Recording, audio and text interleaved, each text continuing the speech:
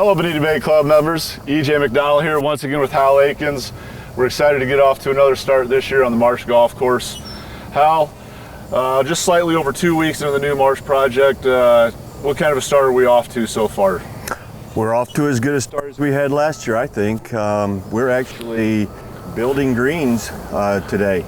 We started on Monday, and that's faster than we did last year. So we actually have 6 sets of greens now that we can start putting the drainage in and start actually building them and finishing them off. So that's the beginning of putting it all back together, right? That's right. So the destruction part the past couple weeks has been really cool to see. We sent a video out after week 1, which was just phenomenal, the original 9 golf courses. But as we go around the golf course, and I look at holes 10, 11, 12, 13, that we have perfect greens still. Can you tell us why we haven't destroyed these greens yet out here on these 4 holes? So I think everybody knows that we've had an encroachment issue, and meaning foreign turf into our greens, in particular on Creekside. So to remedy that, we've saved these 4 greens to serve as nurseries so that we can plug that contamination out. The issue that we're running into is that the construction is moving so quick, the demo piece of it, as we really kind of need to take these greens down so that we're prepared to rebuild them, but we need to hold them until we close Creekside down, for the summer cultural practices. Yeah, so we've been getting a lot of emails and phone calls regarding the closures of one of the Naples golf courses and the Creekside here on the West Campus in particular. Every year we go in, we have a calendar, we have dates on when you need to bring those golf courses down to do your summer maintenance. And this was a big part of your first closure on Creekside, was go in, get that contamination out before you aerify. So, we just want to let the members know, Hal and I, we've been working together. We talk about it every day. We know there's huge demand for golf right now.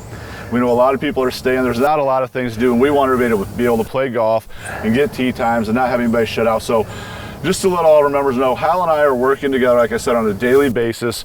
We're going to keep that Creekside golf course open as long as we can. Right now, our target date would either be the 12th or the 18th of May.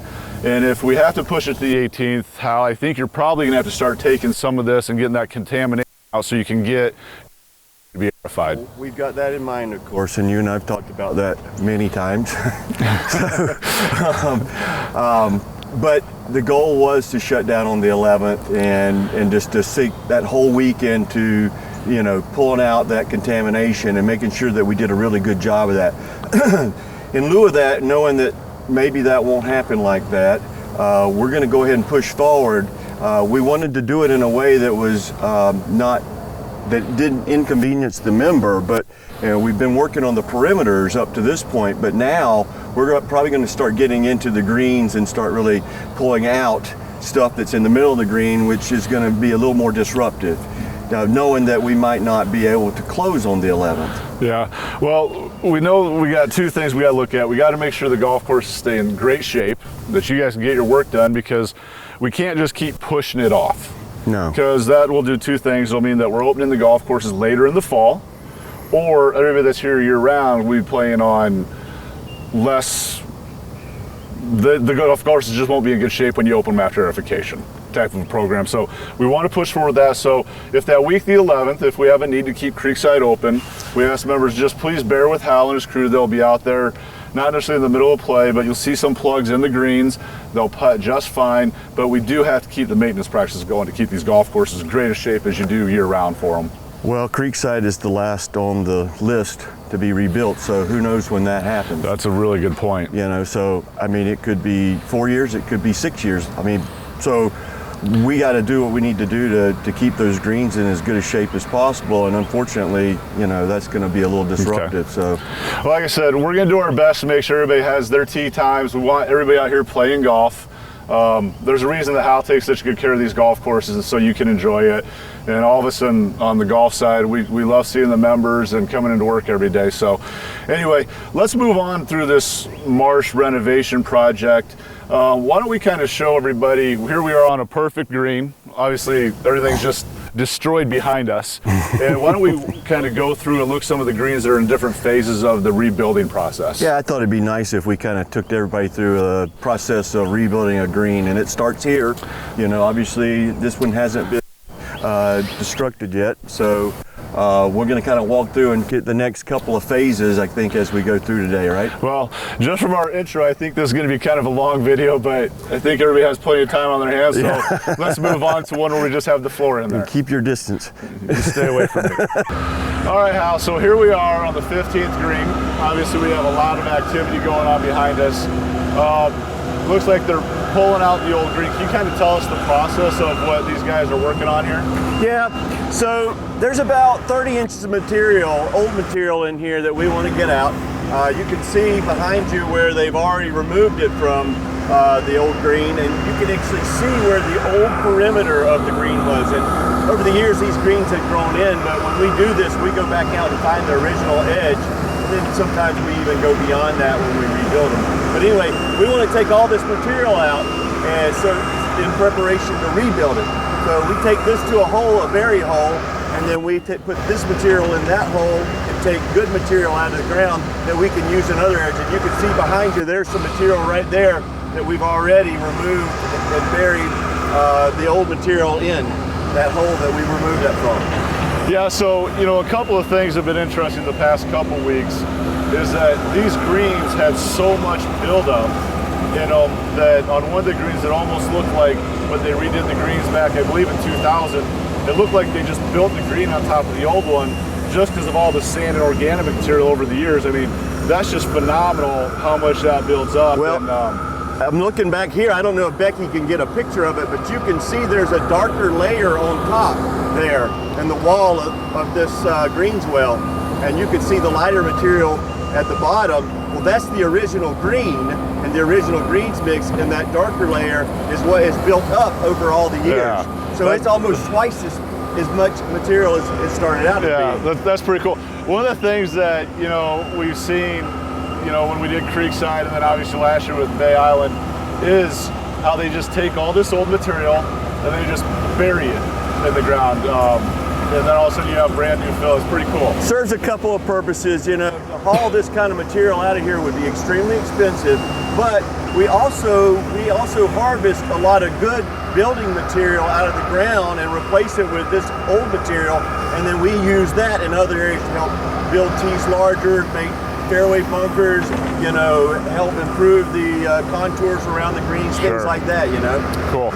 Well, should we kind of take a walk over and kind of take a look at these bury holes? Yep, let's go look at one. Let's go look at the big hole in the ground. I just want to say thank you for bringing me over to the berry hole. The aroma is just fantastic. So I know that looking at a hole in the ground isn't the most exciting thing, but as you kind of touched on, we were up at the green, the uses we have for this, including the need for the clean fill and not having to haul out all the old stuff out of the green is very important. So now, once we get all this good fill, kind of tell the members again what we're going to do and why this Marsh project is a little bit different than what we were able to do on Bay Island. So obviously we pull all this good stuff out and we put in all the strippings we call strippings, which is all the old dead turf that we strip off the surface, and we push it in here and we pull this out. And we use this for things like building tees, enhancing fairway bunkers, building fairway bunkers, fixing lake banks, creating more contours and building up the greens so that they have more features around them. So we have a lot of uses for it. We're kind of limited to what we can do because unlike the Bay Island project, we've already renovated the irrigation system on the Marsh course. And so where we're digging right now is between two what we call laterals lines. We have to be very careful where we dig, and it limits what we can do as far as shaping between tee and green in the fairways and the roughs, because we're trying to remove as little bit of irrigation as possible, even though there's quite a bit that has to come out to rebuild all these green complexes, to rebuild the tee complexes, to install fairway bunkers and things. So, but we're trying to leave as much in place as possible to save the money and and not disrupt the irrigation system. So, so it is a little bit different. So we probably won't be able to build as many features between tee and green as we did on Bay Island because of that reason.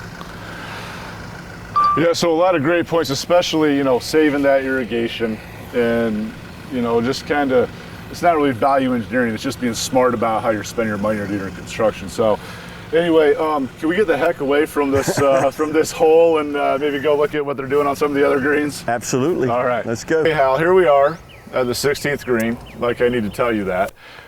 We've worked through this green a couple times. The architect was just here last night, I think probably about 5:15. We finally approved this green for drainage.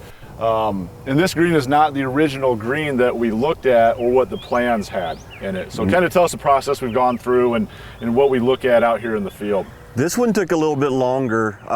Some of them, as I say, they fall together, and some of them, you know, it takes a little work.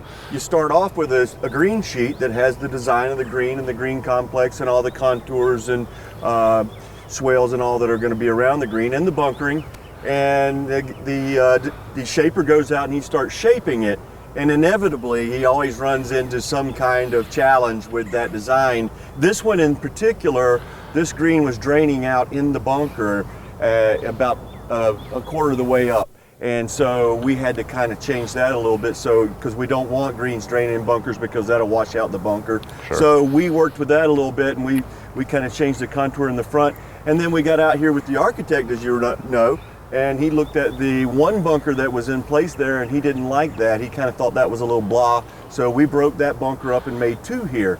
So this green actually got a lot bigger, didn't it? I mean, we extended it around to the back there, and we actually extended this this green complex a little bit on both sides just to make room for this green. But it fits in here really well now, but it takes a little bit of a process to get to this point, you know. Well, it'll be nice after this redo of this golf hole in particular. Is I can't remember how many years back when we had this wet area over to the right, and we kind of built a bunker in there, and it's always been really wet and it holds water, and now we're gonna have a proper bunker on that right side. And you know, we came out here, and in the 18th green in particular versus the plan that we had was really blah. Yeah. So we made a lot of changes on 18, which we're going to see that already has a gravel blanket in it. But it's really cool coming out here with the architect, and you look at the ridge lines. You don't just look at the floor of it. You look at what's behind it, what's to the side of it, what do you got in front, what does it look like from the tee, where these ridge lines are, and then you fit the contours in there. And a lot of times when you stand on the front of the green, when it's just this dirt, and you look and you can see the big horizon line on the back of the green, and it makes the slopes look so much more severe, or that there's no slope, and then you walk around and it continually changes. I think I mentioned that yesterday, that now I know why I can't make a putt, because I don't know what degree these are even falling at with the naked eye. But when we put the smart level on there, that's when the work really begins, and the architect starts putting in all the different features, which is really cool. The smart level doesn't lie, does it? Yeah, like number one yesterday that we were looking at it, and it's like, I don't see that in there, and that smart level said there was 4%. Yeah, and we were thinking it was about 1. So, yeah. So this green here is ready to go. We're going to start putting the drainage in this next, and which is actually a really cool process on how they do that. And as you get around the construction more and more, I know when we first started doing this, I would look at it and I was like, how can these contours be in here? And then they're going to come in, and it looks like they're going to ruin everything that's already been done. It's tough. I mean, because you got to get in there to work on it. Just so everybody knows, this floor of this green is supposed to be representative of what the surface is going to be. And then we just build everything up in layers. We have 4 inches of gravel, and then we have 12 inches of greens mix, and it's supposed to be exactly what we want at the end. You know, and those guys do have to be really careful when they get in here and start putting the drainage in, because they can do a lot of damage, and because we've taken a lot of time to make sure that we have the proper contours in it. So yeah, and one thing that's also really interesting that a lot of people probably don't think about or realize, that while not having the big major thunderstorms and the rains right now is nice so that the work can get done, it's also hard to push dust around. That's right. It's really hard. So I think we ran irrigation on 18 all weekend, just to make sure it got a lot of moisture in it. So when they go in there, this floor gets compacted, and then when they go to put the irrigation in around, if you cut right through this area to put the irrigation in, it just collapses in. Yeah, this is really sandy soil, and it dries out really quickly, especially in like the weather we're having right now. Yeah, so well, let's take a look at how they drain the greens and the gravel blanket and everything like that. Yep. All right, Hal, here we are. We moved on to the 17th green. And as we can see from the video here, they started digging the trenches. We got some drainage tile in place here. Probably a little bit of a prop you put there, but these guys are gonna be working through that. Kind of talk about the detail that goes into draining a green. Well, once you get it blessed by the architect and everybody agrees that this is what we want the shape of the floor to look like, then we start draining it. And you can see that how meticulous they are, because we don't want to in any way compromise the floor. I mean, we put a lot of time and effort into getting it set just the way we want, and we talked about that on the last hole. So, you know, to go in there and just, you know, damage it would be counterproductive. So these guys are taking a lot of care. So what you'll see on the next hole is you'll see the gravel blanket across this, but this is what sits underneath that gravel blanket. That they'll run the rest of these trenches with pipe, and then they'll cover that pipe with gravel, and then they will put a 4-inch gravel blanket across that.